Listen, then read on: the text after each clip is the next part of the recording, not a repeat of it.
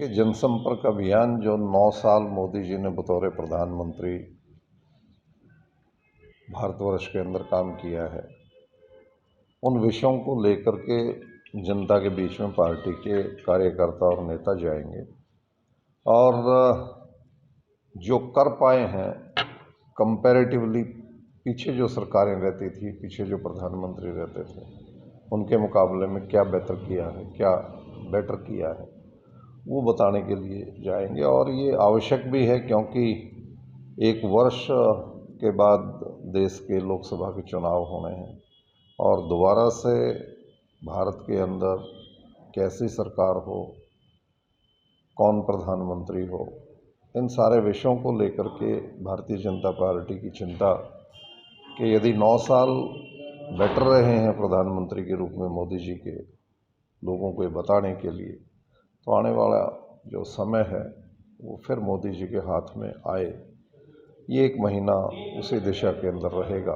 पूरी भारतीय जनता पार्टी हरियाणा के और देश में दूसरे प्रांतों के अंदर भी ऐसा ही सिलसिला चलेगा।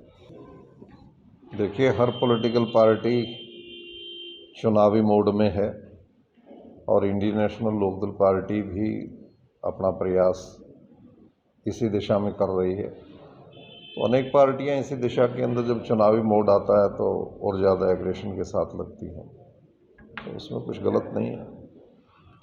कई बार देश भर में इस तरह की घटना। देखिए प्रवीण जी, मैंने उस क्लिप को 2-3 बार इसी निगाह से देखा कि माननीय मुख्यमंत्री जी जनसंवाद कार्यक्रम में हैं और एक सरपंच के रूप में एक महिला वहाँ अपना गांव की मांग को भी और अपने विषय को भी रखने लग रही है। मैं तारीफ़ करता हूँ, महिला बहुत बहादुरी से उसने प्रयास किया,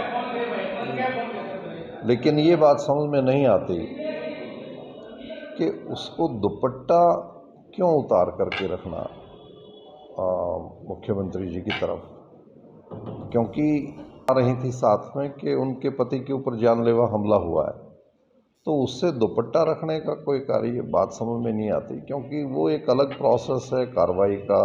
हमला क्यों हुआ, कौन लोग थे, पुलिस क्या काम करने लग रही है, वो तो मुख्यमंत्री जी वहाँ सुन ही लेते।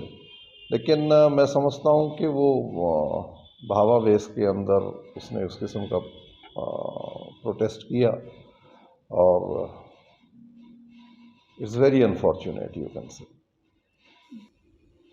देखिए, भारतीय जनता पार्टी अपने किए हुए कामों को लेकर के लोगों के बीच में जा रही है और मैं ये कहना चाहता हूँ कि जो वोटर है उसको मॉरली और एकेडमिकली साउंड होना चाहिए, लिटरेट होना चाहिए और समझना चाहिए सारी बातों को, चाहे वो कंपैरेटिवली पॉलिटिकल पार्टियां हैं, चाहे कंपैरेटिवली पॉलिटिकल लीडर्स हैं अपने अपने इलाके के अंदर, उनको उनका आंकलन करके और अपने वोट का फैसला करना चाहिए। तो मैं समझता हूँ कि जो चीज़ नज़र आने लग रही है कि 9वां साल आज माननीय प्रधानमंत्री के रूप में मोदी जी काम कर रहे हैं और काफ़ी संतोष के साथ चीज़ें आगे बढ़ रही हैं। कुछ एक विषय हैं जो धरना प्रदर्शनों के रूप में आते हैं, उनकी विवेचना भी लोगों के बीच में है और जो काम हुए हैं उनकी विवेचना भी लोगों के बीच में है। तो आने वाला समय तय करेगा इस बात को। देखिए, धरना व्यक्ति तब देता है जब उसको ये लगता है कि मेरी बात को समझा नहीं गया है, सुना नहीं गया है। और कई बार सत्ता में बैठे हुए लोग इस बात का आंकलन कर लेते हैं कि उसकी बात के ऊपर कम ध्यान जाता है और ये समझ में आ जाती है तो कोई पॉलिटिकल वजह से बैठा होगा, क्योंकि चाहे मुख्यमंत्री जी के जनसंवाद कार्यक्रम हैं और चाहे पार्टी के लोग और सरकार बीच में काम कर रही है, कोई ऐसा विषय नहीं समझ में आता। अब मैं तलवंडी खुद गया था तो मैंने कहा कि आज जो लोग बैठे हैं रास्ता बंद होने के बाद बैठे, रास्ता जब बंद होगा किसी समय में, विधायक और सांसदों के जहन में बात रहती है तो उनको टाइमली इंटरवीन करना चाहिए था।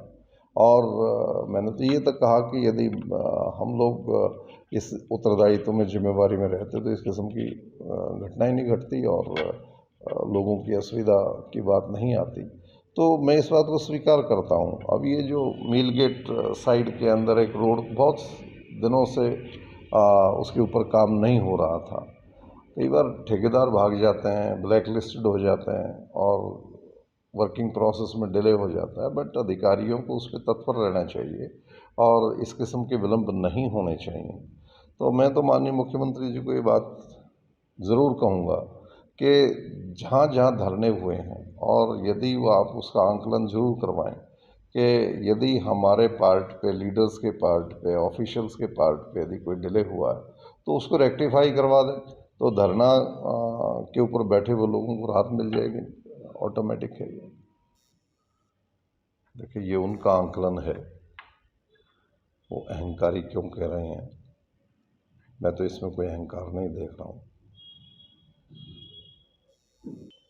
देखिए, विकास का जहाँ तक ताल्लुक है वो रिकॉर्ड के ऊपर चीज़ें हैं, उसमें मैं क्या कहूँ, दूसरा क्या कहे, इस बात से फ़र्क नहीं पड़ता है। और रोज़गार का जो विषय है, मैं हरियाणा और देश के, दुनिया के नौजवानों के साथ हूँ, क्योंकि हमने उनको पढ़ाया है, उनके साथ पढ़े हैं और वो देश का भविष्य रहते हैं। रोज़गारी हमेशा एक मुद्दा रहा है, कोई ऐसी सरकार बताओ जब ये बेरोज़गारी मुद्दा ना रहा हो। लेकिन आज हमारी सरकार तो ये दावा कर रही है कि हमने लैक्स ऑफ सर्विसेज दी हैं, और जो सबसे अच्छा सुधार की बात की वो मेरिट के ऊपर देने की है। और जहाँ भी कोई लीकेज प्रिविलेज का पता लगता है वहीं पे तुरंत एक्शन करने की बात भी की जाती है।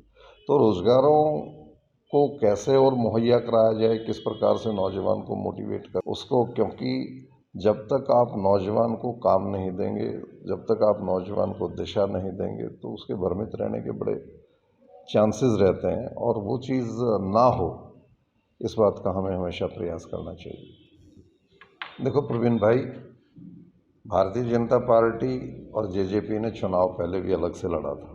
अलग से लड़ने के बाद वो लोग एक समीकरण ऐसा बना, समझौते में सरकार चलानी पड़ी।